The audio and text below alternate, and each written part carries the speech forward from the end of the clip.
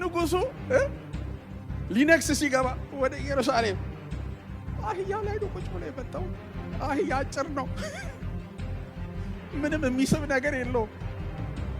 አህያን አይታችሁ ወየው መጣብኝ አትሉ። ከአህያ የሚደነግጥ የሚፈራ የለም፣ ሞገስ የለውም አህያ። ንጉሱ የመጣው ንጉስ ነው በሉኝ እስቲ አንዴ።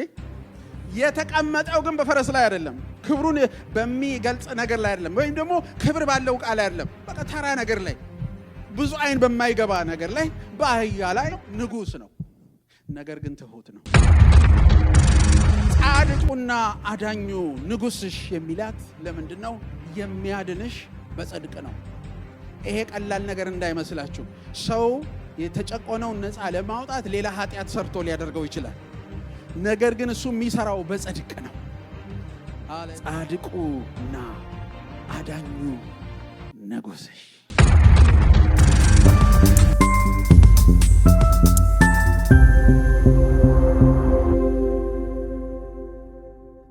እሺ ዮሐንስ ወንጌል ምዕራፍ 12 ከቁጥር 12 ጀምሮ አነባዋለሁኝ በጌታ ስም። በማግስቱም ለበዓሉ የመጣው ብዙ ሕዝብ ኢየሱስ ወደ ኢየሩሳሌም እየመጣ መሆኑን ሰሙ።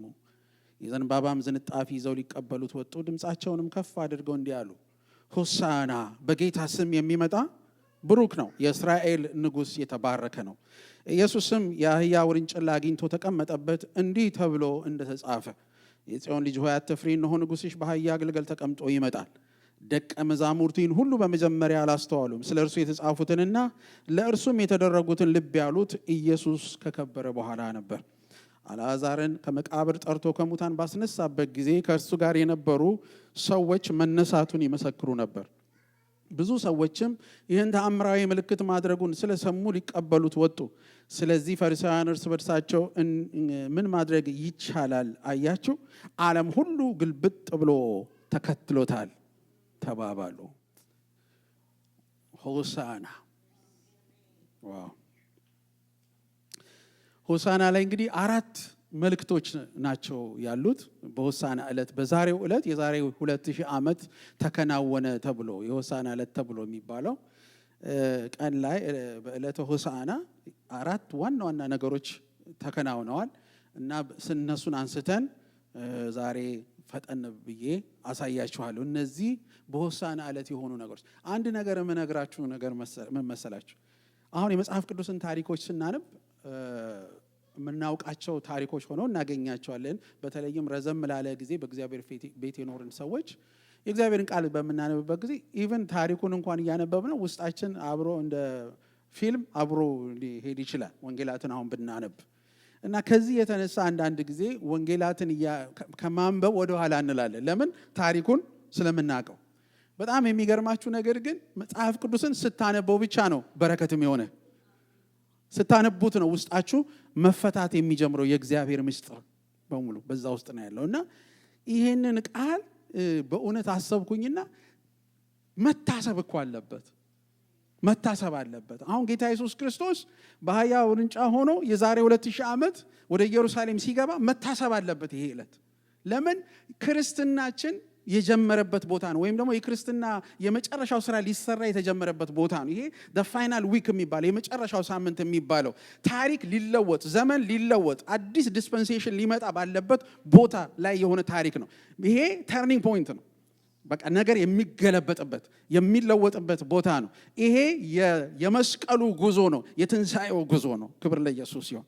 ስለዚህ የጀመረው ኢየሱስ ክርስቶስ ራሱን ገልጦ የመጣበት ጊዜ ነው። ትዝ ይላችሁ ከሆነ ከዚህ በፊት ብዙ ጊዜ ሲል ጊዜው አልደረሰም፣ ራሱን ሊገልጥ በእስራኤል ፊት አይፈልግም ነበረ።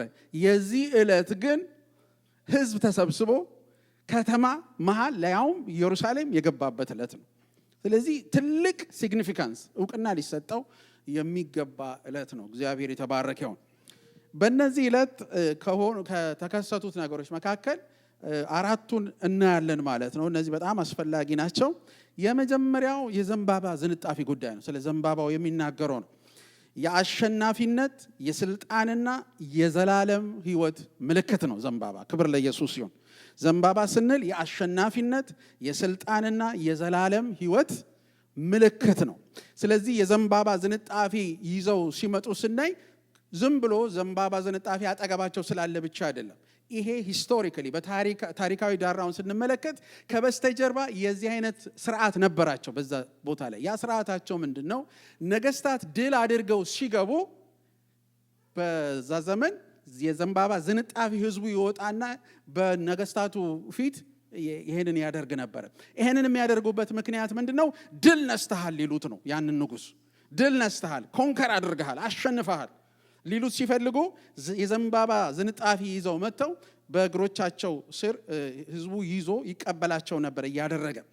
እንግዲህ ዘንባባ እንደሚታወቀው የልምላሜ ወይም የህይወት ምልክት ነው።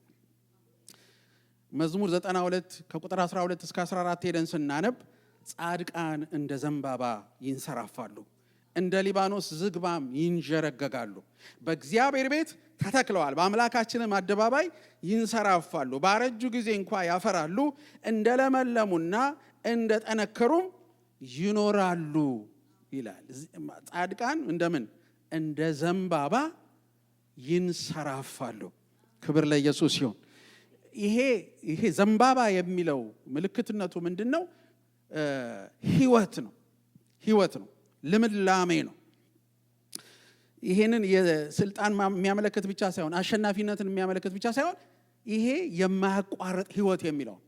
ምክንያቱም ዘንባባ እንደምታውቁት በሙቀት ምድር ላይ በጥቂት ውሃ መኖር የሚችል ነው። ስለዚህ በምድረ በዳ ላይ አረንጓዴ ነገር የሚያሳየን ዘንባባ ነው።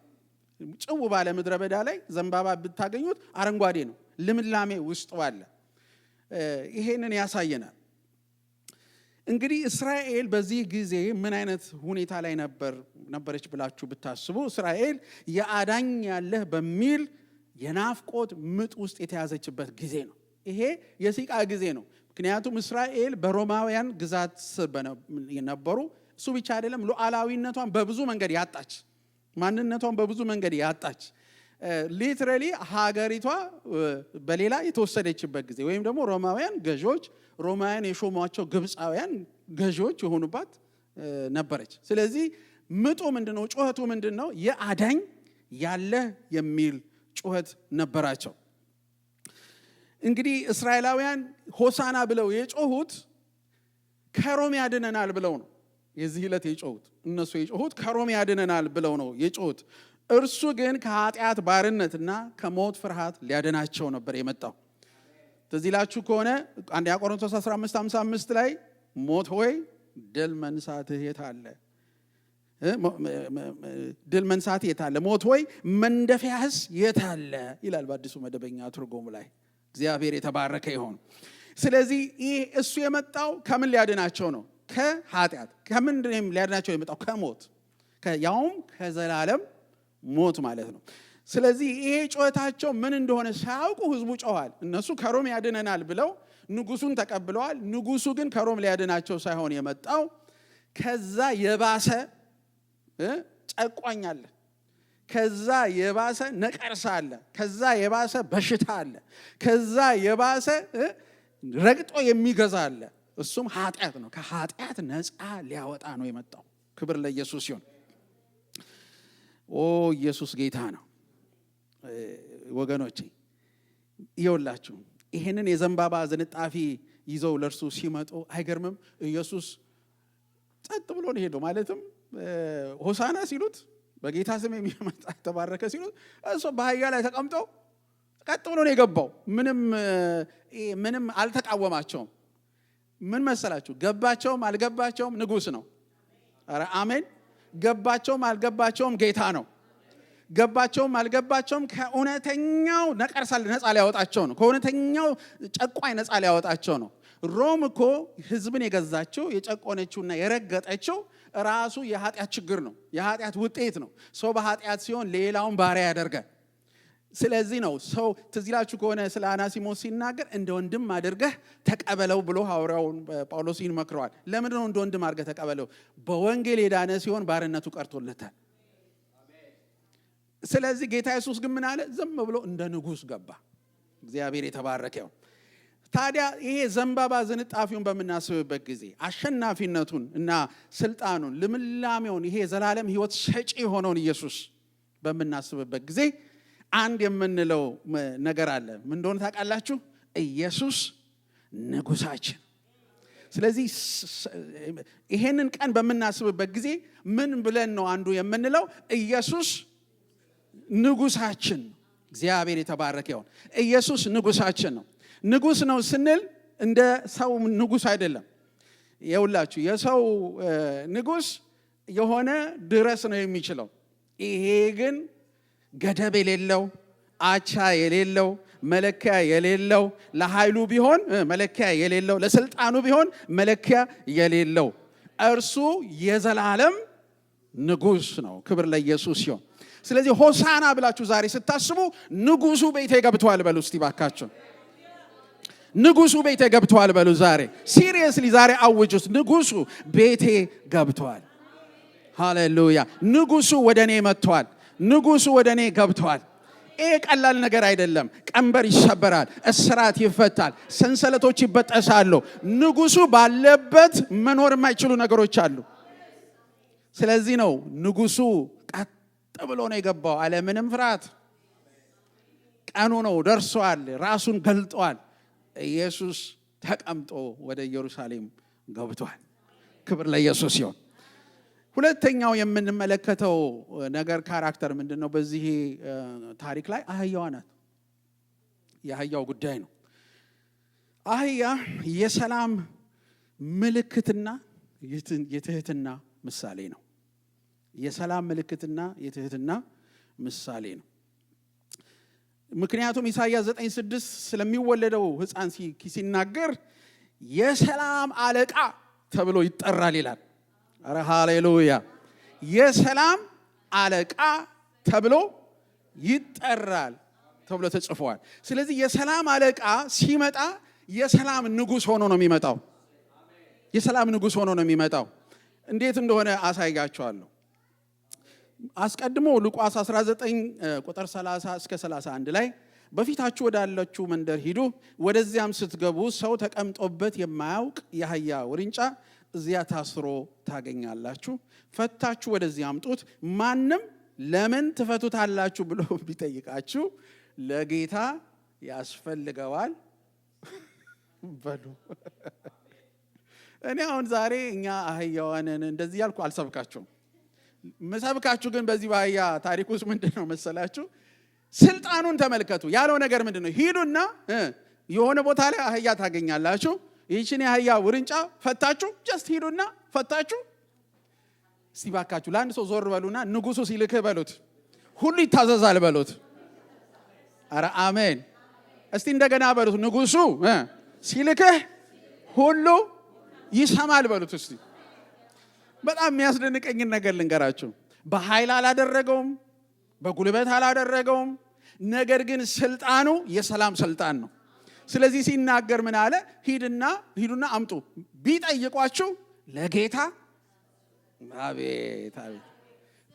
የሰው አህያ ጋር ሄደ፣ የሰው አህያ ጋር ሄደ። ለጌታ ያስፈልጋል። ለየትኛው ጌታ? ያኮ የአህያው ጌታ ነው እኮ እዛ ያለው አይደለ እንዴ? ነገር ግን ለጌታ ያስፈልገዋል በሉ አለ። ለምን? ከጌቶች ሁሉ በላይ ሌላ ጌታ። ለዚህ ነው የጌታዎች ጌታ ነው፣ የነገስታት ሁሉ ንጉስ ነው። ክብር ለኢየሱስ ይሁን። ስለዚህ ያስፈልገዋል በሉ። የምታዩት ምንድን ነው? ስልጣን ተጠቀመ እንጂ ኃይልንና ጉልበትን ወይም ደግሞ በግድ አይደለም፣ በስልጣኑ ቃል። ክብር ለኢየሱስ ይሁን። ሆሳናን ስታስቡ ከኢየሱስ የወጣው የስልጣን ቃል የማያደርገው ነገር እንደሌለ ታያላችሁ። እና የሚገርም ነው። ይኸውላችሁ ዘካርያስ ምዕራፍ 9 ቁጥር 9 በህይወቴ ከምወዳቸው ጥቅሶች መካከል አንዱ ይሄ ጥቅስ ነው። ዘካርያስ 9:9 ባነበብኩት ቁጥር ውስጥ የሚሆነውን ነገር ልነግራችሁ አልችልም። እንደዚህ ይላል፣ አንቺ የጽዮን ልጅ ሆይ እጅግ ደስ ይበልሽ፣ አንቺ የኢየሩሳሌም ልጅ ሆይ እልል በይ። እነሆ ጻድቁና አዳኙ ንጉስሽ ትሁት ሆኖ በአህያ ላይ ተቀምጦ በአህያ ግልገል በውርንጫይቱ ላይ ሆኖ ወደ አንቺ። ሃሌሉያ ሃሌሉያ ሃሌሉያ። ሊስን ይኸውላችሁ ምን ይላል እግዚአብሔር ቃል ሲናገር የዮሐንስ ወንጌል ምዕራፍ 1 ላይ እውነተኛው የዓለም ብርሃን ወደ ምድር ይመጣ ነበር ይላል የእግዚአብሔር ቃል ሲናገር። እውነተኛው የዓለም ብርሃን ወደ ምድር ይመጣ ነበር። አዎ ብርሃኑ እስከሚመጣ ድረስ ጨለማው የበላይ ነኝ ብሎ አስቧል። ማንም አይደፍረኝም ብሎ አስቧል። ሁሉንም ረግጬ እገዛለሁ ብሏል። ጨለማው ተደላድሎ ተቀምጧል። ዝግ 400 ጨለማ ዓመታት አልፈዋል። የእግዚአብሔር ድምፅ የጠፋባቸው የአዳኝ አለ ተብሎ የሚጮህባቸው፣ ነገር ግን ጨለማውን የሚጥስ ብርሃን፣ ጨለማውን የሚያጠፋ ብርሃን፣ ከጨለማው በላይ የሚገዛ ብርሃን እሱ ምን እያለ ነው? በአህያ ላይ ተቀምጦ ወደ አንቺ እየመጣ ነው። በአህያ ላይ ተቀምጦ ወደ አንቺ፣ በውርንጫይቱ ላይ ተቀምጦ ወደ አንቺ እየመጣ ነው። ይሄ ትንቢት የተነገረው ከ500 ዓመታት በፊት ነው። ከ500 ዓመታት በፊት ኢየሱስ በአህያ ውርንጫ ላይ ተቀምጦ እንደሚመጣ የእግዚአብሔር ቃል ተናግሮ ነበረ። ያ ዕለት ነው ደርሶ የዛሬ 2000 ዓመት በዚህ ዕለት ኢየሱስ ክርስቶስ በአህያ ውርንጫ ላይ ወደ ከተማ የገባው። መልእክቱ ምንድን ነበረ? ደስ ይበልሽ፣ ደስ ይበልሽ፣ በእርሱ ደስ የሚለኝ የምወደው ልጄ ነው የሚለው ጥቅስ ትዝ ይላችኋል። የሁላችሁ እግዚአብሔር የተደሰተበትን ልጁን ልኳል። ስለዚህ ደስ ይበላችሁ። አረ ሃሌሉያ! አረ ክርስትና እኮ ለየት ያለ ነገር ነው። ክርስትና ማለት ወገኖቼ፣ ክርስትና እንደዚህ እንደምናስበው አይደለም። ኢየሱስ ሕያው የሆነበት የተገኘበት ፕሬዘንት የሆነበት ህይወት ነው። ክርስትና እኮ ማለት የሆኑ ስብስብ ሪቹዋሎች የምናካሄደው አይደለም። ይሄ ስብሰባ ስለተሰበሰብን አይደለም። ክርስትና ማለት ክርስትና እኮ ፐርሰን በውስጡ ያለው ጌታ ያለው ንጉሥ ያለው አዳኝ ያለው መሪ ያለው የበላይ ያለው። ሃሌሉያ! ባካችሁ ጩሁና ኢየሱስ በሉ። ዛሬም ሆሳና ላለው በሉ። ይውላችሁ ደስ ይበልሽ ብሎ ሲላት ለምንድን ነው? የተደሰትኩበትን ልኬልሻለሁ። ሃሌሉያ! ጻድቁና አዳኙ ንጉሥሽ የሚላት ለምንድን ነው? የሚያድንሽ በጽድቅ ነው። ይሄ ቀላል ነገር እንዳይመስላችሁ። ሰው የተጨቆነውን ነፃ ለማውጣት ሌላ ኃጢአት ሰርቶ ሊያደርገው ይችላል። ነገር ግን እሱ የሚሰራው በጽድቅ ነው። ሃሌሉያ! with all righteousness ነው የሚሰራውን ነገር የሚያደርገው። ክብር ለኢየሱስ ሲሆን ጌታ ኢየሱስ ክርስቶስ ወደኛ ህይወት ሲመጣ ነገ እንዳይቆጨን አድርጎ ነው የሚሰራው። አረ አሜን! ነገ እንዳይቆጭሽ አድርጎ። ለምን? ኃጢአት በውስጡ የለበትም። ንጹህ ነው፣ ቅዱስ ነው፣ ፍጹም ነው፣ እውነተኛ ነው፣ ትክክል ነው። ስለዚህ የሚያደርገውን ነገር በህይወት ሲያደርግ በጽድቅ ያደርገዋል። ኦ ሃሌሉያ! አልፎ አንድ ቀን ወደ ኋላ ስትመለከት ክስ የሌለበት ሰይ ቁጭት የሌለበት ንጹህ የሆነ አሰራር ሰርቶ ያድናል ኢየሱስ። ይሄንን ሲናገር አንድ ላይ ተስማሙ ይላል እግዚአብሔር ቃል ሲናገር። እውነትና ምህረት አለ። እግዚአብሔር በእውነቱ ፈረደ፣ ደግሞም በምህረቱ አዳነ። ስለዚህ ሁለቱም ኢየሱስ ነው። ኢየሱስ እውነት ነው። እኔ መንገድ፣ እውነት፣ ህይወትም ነኝ አለ። ምህረቱም የተገለጠው በበጉ ነው። ስለዚህ ሁለቱንም ሆኖ አንዴ ፈራጅ ሆኖ አንዴ ደግሞ ከፍርድ አዳኝ ሆኖ ያዳነን። ስለዚህ የሰራውን ስራ ሲሰራው እኔና እናንተን ለማዳን ሲያደርግ በውስጡ ኃጢአት የለበትም፣ ርኩሰት የለበትም፣ አመጽ የለበትም። በንጽህና ነው ያደረገው። ህግ ተከትሎ ነው ያደረገው። የሰማይን ህግ ሳይጥስ ነው ያደረገው። የዘላለምን ህግ ሳይጥስ ነው ያደረገው። ስለዚህ ነው እኛ ድህነት ውስጥ ቁጭት የለው፣ ሐዘን የለው ወገኖች፣ ምሬት የለው። ለዚህ ነው ስንኖር በነፃነት የምንኖረው። ጻድቁና አዳኙ ንጉሥሽ። ሃሌሉያ! ምን ይላል ሲናገር? ትሑት ሆኖ በአህያ ላይ ተቀምጦ በአህያ ግልገል በውርንጫይቱ ላይ ሆኖ ይላል አይደለም የሚናገረው። ይኸውላችሁ ነገስታት በቀድሞ ዘመን ላይ ኃይላቸውን ለማሳየት በምንም ተአምር አህያ ላይ አይቀመጡም። አህያ ላይ አይቀመጡም። የሚቀመጡት የሚያስፈሩ ፈረሶች ላይ ነው። ምክንያቱም መጽሐፍ ቅዱስንና ስትመለከቱ ፈረስንና ጦርነትን አይለያቸውም። ፈረስ ለጦርነት ቀን ይዘጋጃል ይላል መጽሐፍ ቅዱስ ሲናገር። ፈረስ በጦር ፊት ይስቃል ይላል እግዚአብሔር ቃል ሲናገር። በሙሉ ስለ ተዋጊ ወይም ድል አድራጊ የሚለውን ነገር ስታስቡ የሚቀመጡት ግርማ ሞገስ ያላቸው ፈረሶች ላይ ነው። በዚህም በምድር በምንኖርበት ዘመን ውስጥ ነገስታት የሚያደርጉት አንዱ ነገር ምንድነው? እንደዚህ አይነት ወጣሚሻና አብዳል የሆኑ ፈረሶች አይደለ ከፊት አስቀምጥ ግርማ ሞገስ ለማሳየት። አስባችሁታል? ንጉሱ ሊነክስ ሲገባ ወደ ኢየሩሳሌም አህያ ላይ ነው ቁጭ ብሎ የመጣው። አህያ አጭር ነው፣ ምንም የሚስብ ነገር የለውም። አህያን አይታችሁ ወየው መጣብኝ አትሉም። ከአህያ የሚደነግጥ የሚፈራ የለም። ሞገስ የለውም አህያ። ንጉሱ የመጣው ይኸው ንጉስ ነው በሉኝ እስቲ አንዴ። የተቀመጠው ግን በፈረስ ላይ አይደለም፣ ክብሩን በሚገልጽ ነገር ላይ አይደለም፣ ወይም ደግሞ ክብር ባለው ቃል አይደለም። በቃ ተራ ነገር ላይ፣ ብዙ አይን በማይገባ ነገር ላይ በአህያ ላይ ተቀምጦ ሲመጣ እናየዋለን። ጌታ ኢየሱስ ክርስቶስ ይኸውላችሁ ምን እያለ ነው ያለው? ንጉስ ነው። እየሰማችሁ ነው አይደል? መልእክቱ ምንድነው? ንጉስ ነው፣ ነገር ግን ትሁት ነው። ንጉስ ነው፣ ነገር ግን ትሁት ነው። ይኸውላችሁ በጣም የሚያስገርመው ይሄ ነው። በዚህ ዘመን ነገስታት ደቁሰው ነው የሚገዙት፣ ረግጠው ነው የሚገዙት። ጌታ ኢየሱስ ግን ሲመጣ ትዝ ይላችኋል። አንድ መዝሙር ነበር። እንደ እግዚአብሔር ያለ የለም፣ የሚኖር ለዘለዓለም፣ በፍቅር ገመድ ስቦኛል፣ ይኸው በቤቱ ተክሎኛል። እሱ ብቻ ነው የሚችለው። በፍቅር ጉልበት ያንበረክካል፣ በትህትናው ጉልበት ያንበረክካል። ምክንያቱም ይችላል እኮ ይችላል።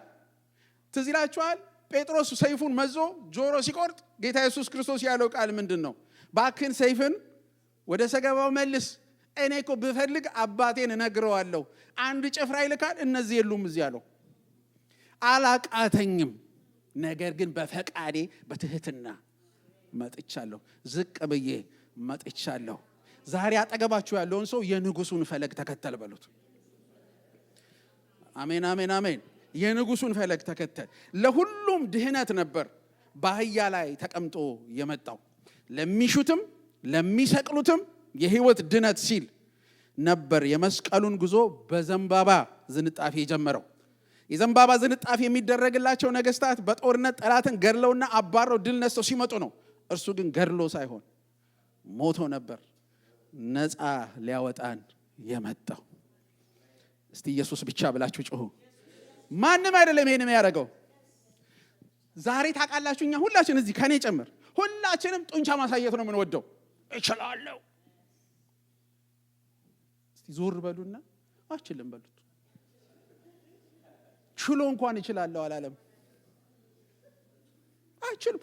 በጣም ነው የሚገርመኝ። ይሄ እኮ በምህረት የቆመ ማንነት ነው። እዚህ ጋር የምታዩት በምህረት በችሎታው እኮ አይደለም፣ በምህረት የቆመ ማንነት። ተወጣጥሬ እኔ ያለውን ይችላለሁ፣ እኔ ይሰማኝ፣ እኔን ሁአማይ እሱ በአህያ ላይ ከተቀመጠ ሌላ የወረደ ነገር ካለ እኔ ልቀመጥበት። ሊነግርህ እኮ የመጣው ነገር ቀላል አይደለም። ንጉስ ነኝ፣ እችላለሁ፣ የሚያቅተኝ ምንም ነገር የለም፣ ነገር ግን ዝቅ እላለሁ። የሆሳና መልእክት ይሄ ነው። ሆሳና ደረት መገልበጥ አይደለም፣ ደረት መንፋት አይደለም። ሆሳና ዝቅ ማለት ነው። ያውም እየቻልክ ዋው! ታዲያ ይሄንን ስናስብ ኢየሱስን በሆሳና ዕለት እንዴት እናስበዋለን ብትሉ፣ ኢየሱስ ትሁቱ መሪ፣ የሰላም ንጉስ። ሃሌሉያ ሃሌሉያ። ሶስተኛው የምናገኘው ቃል ራሱ ሆሳና የሚለው ቃል ነው። በዚህ ዕለት የምናየው ሆሳና የሚለው ቃል ነው። ሆሳና የሚለው ቃል ትርጉሙ አምላኬ ወደ አንተ እጮሃለሁ አድነኝ ማለት ነው። ትርጉሙን ነው የምነግርህ። ጠብቀኝ፣ ከልለኝ ማለት ነው። ሲያሳጥሩት ትርጉሙን ምን ይላሉ? አሁን አድን። ሆሳና ማለት ትላንት አይደለም፣ ነገ አይደለም፣ አሁን አድን። ሃሌሉያ። አስባችሁታል? ይሄ ህዝቡ ሲቃ እስራኤል በዘጸአት ምዕራፍ 1 ላይ ስናነብ የጮኸው ጩኸት አለ። ልክ ተመሳሳይ ጩኸት የህዝቡም ጩኸት ወደ እግዚአብሔር ወጣ የሚል ቃል አለ። ዘጸአት ምዕራፍ 1 ላይ የህዝቡም ጩኸት ወደ እግዚአብሔር ወጣ ይላል። የህዝቡ ጩኸት ከምን እንዲያድናቸው ነው? ከዛ ካሉበት ባርነት እንዲያድናቸው ነው። የእግዚአብሔር ሐሳብ ግን ወደ ዘላለም ርስታቸው መውሰድ ነው። የተለያየ ነው። በእነሱ የሚፈልጉትና እግዚአብሔር ያሰበው የሚለያይ ነው። አሁንም እዚህ ጋር ስትመለከቱ ዘንባባ ዝንጣፊ ይዘው ሲወጡ ካሉበት ከሮማ አገዛዝ ነፃ እንዲያወጣቸው ነው እነሱ የሚፈልጉት። አሁን አድን ብለው ሆሳና ብለው የሚጮት ከሱ ነው። እሱ ግን ለጊዜው አይደለም፣ ከአንድ መንግስት አይደለም፣ ለዘላለም ሊያድናቸው፣ ለዘላለም ሊያድናቸው። ዮሐንስ 12:3 ላይ የዘንባባ ዝንጣፊ ይዘው ሊቀበሉት ወጡ። ድምፃቸውንም ከፍ አድርገው እንዲህ አሉ፣ ሆሳና በጌታ ስም የሚመጣ ብሩክ ነው፣ የእስራኤል ንጉሥ የተባረከ ነው እያሉ። የመጣው ሊያድን ነው። ነገር ግን በጠበቁት መንገድ አልነበረም። የጠበቁት በጉልበት እንዲያድናቸው ነበር። ያዳናቸው ግን በመስዋዕትነት ነው። ዛሬ ዞር በሉና ንጉሱን ምሰል በሉት። የክርስቶስ መንገድ ይሄ ነው። በኃይልህ አይደለም። ለዚህ ነው መጽሐፍ ቅዱስ ሲናገር በመንፈሴ እንጂ በኃይልና በብርታት አይደለም ይላል። ዊዝደሙ ሌላ ነው። የሰው ጥበብ አይደለም፣ የሰው ማስተዋል አይደለም። እነሱ ተዋግቶ ድል ነስቶ በቃ አሸንፎ ጦርነት ከፍቶ ድል እንዲነሳ ነው። እሱ ግን የመጣው እሱ ራሱ ሞቶ መስዋዕት ሆኖ ሊያድናቸው ነው። ስለዚህ ሆሳና እያሉ ሲጮሁ የዛለት አልገባቸውም። ጮቱ ትክክል ነው። ነገር ግን እንዴት እንደሚያድናቸው አያውቁም። ከምን እንደሚያድናቸው አያውቁም። ጌታ ግን ያውቅ ነበር። ዛሬ አንድ ነገር እላቸዋለሁ። ወደ ቤታችን የገባው ንጉሥ ከምን እንደሚያድነን፣ እንዴት እንደሚያድነን ያውቃል። እስቲ ግባ በሉት። ዛሬ ና ወደ ቤቴ ግባ በሉት። ከዚህ በፊት ነግሬያቸዋለሁ። አንድ እናት ያሉት ነው። በጣም ከፍተኛ አስቸጋሪ አዳጋች ቦታ ላይ ነው የሚኖሩትና እንደ ልባቸው መውጣት መግባት አይችሉም። ቦታው ተራራ አለው፣ ሸለቆ ነው። በጣም ይንገላታሉ እናትና ምን እናደርግሎት አዲስ ቦታ ደህና ሰፈር የማይቸገሩበት ሰፈር ለምን ቤት አንሰጦትም ብለው አላቸው። እና ብለው ንጉሱ ይጠይቃቸዋል። እነዚህ ላይ እሳቸው አሉ የለም ይቀር፣ ንጉስ ቤቴ ይምጣሉ። ይሄን ነው የምጠይቀው። ንጉስ ቤቴ ይምጣሉ። አዎ ችግር ነው ግን ቤቴ ይምጣ። እንደምታውቁት ነገስታት ሲሄዱ ከፊታቸው ባለሟሎች ሄደው ሁሉን ነገር ያጣራሉ አይደለም? ነገስታት ሲሄዱ ከፊታቸው ይወጣሉ። ሄደው መንገዱ ትክክል ነው ወይ፣ የሚገቡበት ስፍራ ሴኩሪቲው ጥሩ ነው ወይ፣ መንገዱ ጥሩ ነው ወይ፣ ሁሉን ነገር ቼክ ይደረጋል። ስለዚህ ባለሟሎች ተልከው መንገዱን ሲያዩ ይሄ ለንጉስ አዳጋች ነው አይደለም? ለሳቸው አዳጋች ነው፣ ለሰረገሎቻቸው ሁሉ አዳጋች ነው። ስለዚህ ለሰረገላው የሚያመች መንገድ ሰሩ። ተራራ እያፈረሱ እየደለደሉ ዝቅ ያለውን ከፍ እያደረጉ እስከ ቤታቸው የቤተ መንግስት አይነት መንገድ ተሰራ። ንጉስ መጥተው በዛው መንገድ ላይ ቤታቸው ገቡ። ሲደርሱ አስገብተው ቤታቸው እሺ ታዲያ ምን ላድርግልሽ? አደረጉልኝ እኮ ንጉስ፣ ጨርሰዋል ስራውን ብለው አመስግነው ሸኙ ንጉስ። እስቲ ባካችሁ ዛሬ ንጉሱ ይግባ። ዛሬም ንጉሱ ይግባ። እሱ ሲገባ ከምን እንደሚያድነን፣ እንዴት እንደሚያድነን እሱ ያውቃል። አሜን አሜን። ክብር ለኢየሱስ ይሁን። አራተኛው እዚህ ላይ የምናየው የሆነው ነገር ይሄ ነው። የመጎብኘት ዘመን ጉዳይ ነው የተጠቀሰው በዚህ ዕለት። ሉቃስ 19 ላይ እንደዚህ የሚል ቃል አለ። ሉቃስ 19 ከ41 እስከ 44 ይሄ ሆሳና የምንለው ኢየሱስ አዳኛችን የሚለውን ብለናል። ከዛውን ወደ አራተኛው እንሄዳለን።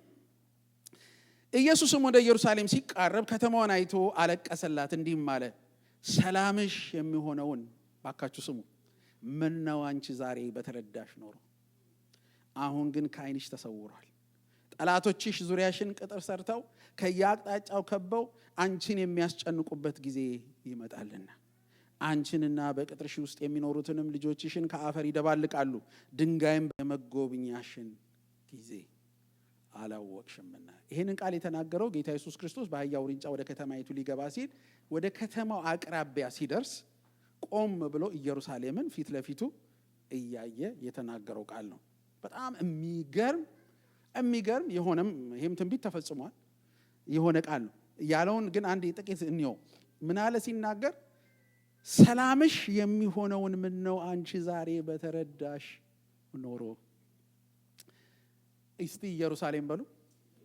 ኢየሩሳሌም ማለት የሰላም ከተማ ማለት ነው።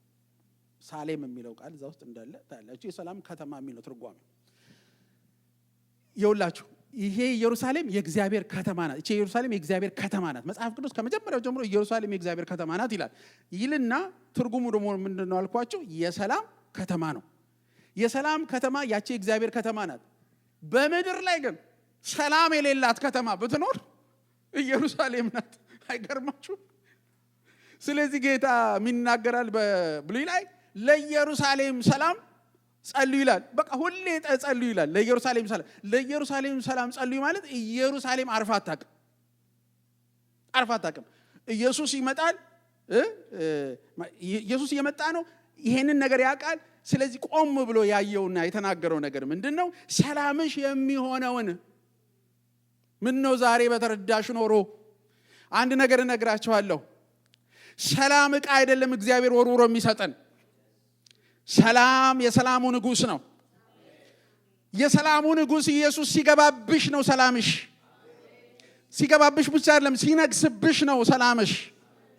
ግን የገባውን ኢየሱስን ዛሬ እየገባ ያለውን ሰላምሽን ገና አላወቅሽውም። እነሱ ለምድር ንግስና ይፈልጉታል። እሱ ግን የዘላለም ንጉሥ ነው። አላወቁትም። ይኸውላችሁ ሰላምሽ የሚሆነውን ምን ነው አንቺ ዛሬ በተረዳሽ ኖሮ። አሁን ከዓይንሽ ተሰውራል። ብርሃኑ የለሽም፣ መገለጡ የለሽም። እየገባ ዛሬ ግን ያለው የሰላም ንጉሥ ነው። የሰላም ከተማ ሰላም የምትሆነው በሰላም ንጉሥ ነው። ሰላም በራሱ አይከሰትም። ሰላም የሰላም ጌታ ያስፈልገዋል። እኔ አንድ ነገር ልንገራችሁ። ሰላም ስትፈልጉ ሰላም ስጠኝ አትበሉት። ግባ፣ ግዛ፣ ሰልጥን፣ አስተዳድር በሉት እግዚአብሔርን በሕይወታችሁ ላይ። ይሄንን የሚናወጣውን ጀልባ ጸጥ የሚያደርገው የሰላሙ ንጉሥ ነው። ክብር ለኢየሱስ ይሁን። ዛሬ እኮ የሚናወጥ ዓለም ውስጥ ነው የምንኖረው። ግራ የተጋባ ዓለም ውስጥ ነው የምንኖረው። ምን ነው ዛሬም የሰላሙን ጌታ ባወቅ ነው። መልእክቱ እሱ ነው። በሆሳዕና ዕለት አንዱ ትልቁ መልእክት ምንድን ነው? ሰላምሽ እኔ ነኝ። ሰላምሽ እኔ ነኝ። ታውቃላችሁ ይሄንን ታያለሽ አላላትም? እዚህ ላይ ሲናገር ጠላቶችሽ ዙሪያ ቅጥር ሰርተው ከአንቺ ከበው አንቺን የሚያስጨንቁበት ጊዜ ይመጣል። አንቺና በቅጥርሽ ውስጥ የሚኖሩትንም ልጆችሽን ከአፈር ይደባልቃሉ፣ ድንጋይን በድንጋይ ላይ አይተውም አላለም? ሆኗል። በ70 ዓመተ ምህረት ከክርስቶስ በኋላ በ70 ዓመተ ምህረት ጠቅላላ ሮማውያን መቅደሱንም ከተማይቱንም አጥፍተዋል። ዲስትሮይ ተደርጋ ነበር።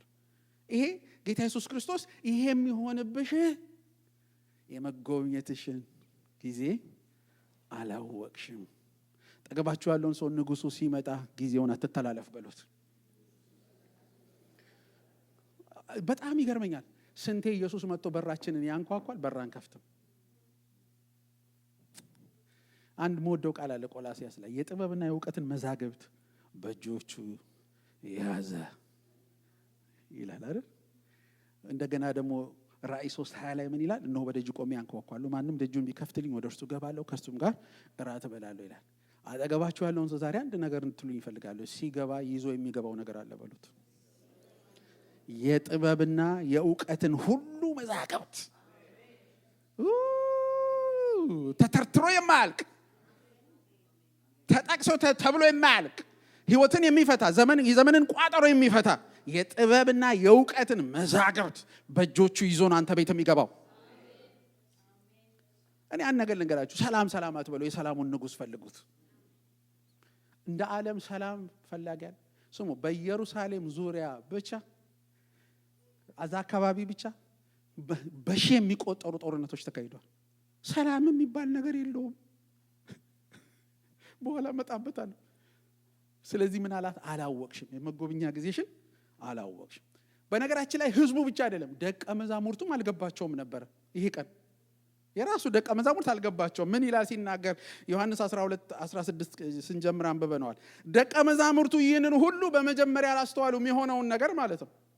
ስለ እርሱ የተጻፉትንና ለእርሱም የተደረጉትን ልብ ያሉት ኢየሱስ ከከበረ በኋላ ነበር። መቼ ነው ኢየሱስ የከበረው? አናግሩኝ።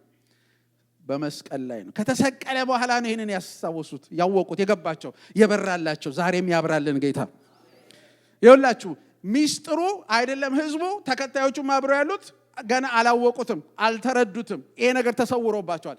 ታውቃላችሁ አንዳንድ ጊዜ በህይወት ማዕበል ውስጥም ስንሄድ ዛሬ ይሄው ራሱ ይሰወርብናል። እኔ ግን እነግራችኋለሁ፣ ኧረ ጩኹና ኢየሱስ የሰላም ንጉሥ በለው፣ ቤቴ ግባ በሉት ባካችሁን። ሃሌሉያ። እንግዲህ ይሄንን ስናስብ ኢየሱስ ማን ነው ስንል ብቸኛው መሲያችን ነው። ብቸኛው መሲያችን ነው ኢየሱስ። ሃሌሉያ። ኢየሱስ ምናችን? መሲያችን፣ አዳኛችን። የኢየሩሳሌም ተስፋ ማን ነው? ኢየሱስ ነው። የምድር ሁሉ ተስፋ ማን ነው? ኢየሱስ ነው። ሌላ ተስፋ የለም። መሲሁ እሱ ነው።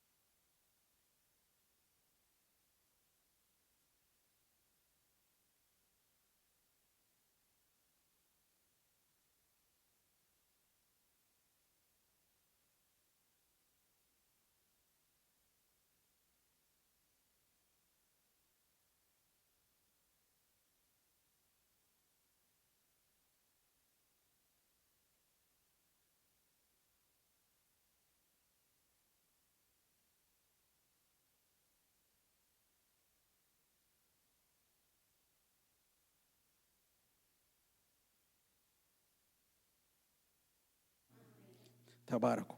አንድ ቀን ንጉሱ በክብር ይመጣል። ኢየሩሳሌም ሁለተኛ ጊዜ ኢየሱስ ይመጣባታል። እኔ ነፍስ አይቀርልኝም ወገኖች። እኔ የምኖረው ይሄን ቀን አንዱ ለማየት ነው። ይቅርታ አድርጉልኝ። እኔ የሆነ ነገር እዚህ ምድር ላይ ተሳክቶልኝ ለማየት በመኖር ዘመኔን አልጨርስም። አዎ ሊሳካ ይችላል፣ የትም አይደርስም፣ እዚሁ ነው የሚቀረው። ነገር ግን የዘላለም ስኬት አለ፣ የዘላለም ሙላት አለ፣ የዘላለም ክብር አለ። አንድ ቀን እንደገና ኢየሱስ አሁንም ይመጣል። ዲስ ታይም ግን ጌታ ኢየሱስ ሲመጣ በክብር ይመጣል። በአህያ ላይ ተቀምጦ አይመጣም። ከዚህ በኋላ የአህያ ጉዳይ አልቋል። ለዓለም ትህትናውን አሳይቷል። የሁላችሁ ክርስቶስ ትሁት እንደሆነ ሁሉ ባለስልጣንም ነው። ስልጣንንና ትህትናን አስታርቆ ያሳየን እሱ ነው። በአህያ ሲመጣ ስልጣንንና ትህትናን አስታርቆ ያሳየን እሱ ነው። ይቻላል። ኦቶሪቲ መኖር ትችላላችሁ፣ በሂዩሚሊቲ መኖር ትችላላችሁ። ሁለቱንም አንድ ላይ አድርጋችሁ ማሰራት ትችላላችሁ። ለዚህ ነው የምድር ባለስልጣናት ትዕቢተኞች ናቸው። ጌታ ኢየሱስ ንጉሳችን ግን ትሁትም ነው፣ ባለስልጣንም ነው። አሁን ግን አንድ ቀን በክብር ሲመጣ ይሄን ሁሉ ማስረዳት አይጠበቅበትም። አስረድቶ ጨርሷል። ኢየሱስ ሲመጣ በክብር ይመጣል። ጌታ ኢየሱስ ክርስቶስ ተመልሶ የሚመጣበት ቀን አለ። የሐዋርያት ሥራ ምዕራፍ 1 ላይ ሲናገር እንዲሁ ሲሄድ ያያችሁት፣ ሃሌሉያ፣ እንዲህ ሲሄድ ያያችሁት ጌታ እንዲሁ ተመልሶ ይመጣል ይላል። በዛ እንደገና ተራራ ላይ መጥቶ እግሮቹ ጌታ ኢየሱስ ክርስቶስ ይቆማሉ። ዋው! ራእይ ምዕራፍ 1 ቁጥር 7 እና 8 እንሆ በደመና ይመጣል፣ የወጉት ሳይቀሩ ዓይን ሁሉ ያየዋል፣ የምድርም ሕዝቦች ሁሉ ከእርሱ የተነሳ ዋይ ዋይ ይላሉ። አዎ ይህ ሁሉ ይሆናል። አሜን። ያለውና የነበረው የሚመጣው ሁሉን ቻይ ጌታ አምላክ አልፋና ኦሜጋ እኔ ነኝ ይላል። ክብር ለኢየሱስ ይሁን። ራእይ ምዕራፍ 7 ቁጥር 9 ጀምሮ እንደዚህ ይላል እስከ 10። ከዚህም በኋላ አየሁ፣ እነሆ በዙፋኑና በበጉ ፊት ማንም ሊቆጥራቸው የማይችል ከሕዝብ፣ ከነገድ፣ ከወገን፣ ከቋንቋ ሁሉ እጅግ ብዙ ሕዝብ ቆመው ነበር። እነርሱም ነጭ ልብስ ለብሰው የዘንባባ ዝንጣፊ እንደ ቀድሞ ማለት ነው፣ የዘንባባ ዝንጣፊ በእጃቸው ይዘው በታላቅ ድምፅም እንዲህ ብለው ጮኹ፣ ማዳን በዙፋኑ ላይ የተቀመጠው የአምላካችንና የበጉ ነው። ጩሁና አሁን አድን በሉ እስቲ ባካችሁ። እስቲ እንደገና በሉት፣ አሁን አድን በሉት። ሲያድን አሁን ላይ ነው። ሲፈውስ አሁን ላይ ነው። ነፃ ሲያወጣ አሁን ላይ ነው። እንቆቅልሽን ሲያፈርስ አሁን ላይ ነው። ዛሬም ሆሳና በሉ እስቲ። አሁን አድን። አንድ ቀን ኢየሱስ ይመጣል፣ በክብር ይመጣል። እውነተኛው አምልኮ በሰማይ ላይ ይደረጋል። ራእይ 7 ከ9 እስከ 19 ሄዳችሁ አንብቡ። እውነተኛው አምልኮ በሰማይ ላይ ይካሄዳል። አሁን እውነተኛው በመረዳት የሆነ ክብር ለኢየሱስ ይሁን። ድሮ ሲቀበሉት አልገባቸውም። አሁን ግን ገብቶን በጣም ከሚያስደስተኝ ነገር አንዱ ስለሱ ጊዜ እግዚአብሔር ቃል ሲናገር ወርዶ እዛው ባረገበት ተራራ ላይ ወርዶ እግሩ ሲረግጥ ይላል ወደ ምዕራብና ወደ ምስራቅ መሬቱ ይከፈላል ይላል እግዚአብሔር ቃል ሲናገር። አቤት አቤት! ሃሌሉያ! አስባችሁታል? ይሄ እኮ ፊዚክሊ በአይናችን በገሃድ አንድ ቀን የምናየውን ነገር ነው የምነግራችሁ እንጂ የሆነ በምናባችን የምንስለው ስል አይደለም። አንድ ቀን እናየዋለን። ንጉሱ ከላይ ይወርድና ያንን የወጣበትን ተራራ ልክ ሲረግጠው ይላል መጽሐፍ ቅዱስ ሲናገር ለሁለት ይከፈላል ይላል። እንደ ድሮ ሊለምን አይመጣም። አሁን ግን በስልጣን ይመጣል፣ በኃይል ይመጣል፣ በክብር ይመጣል።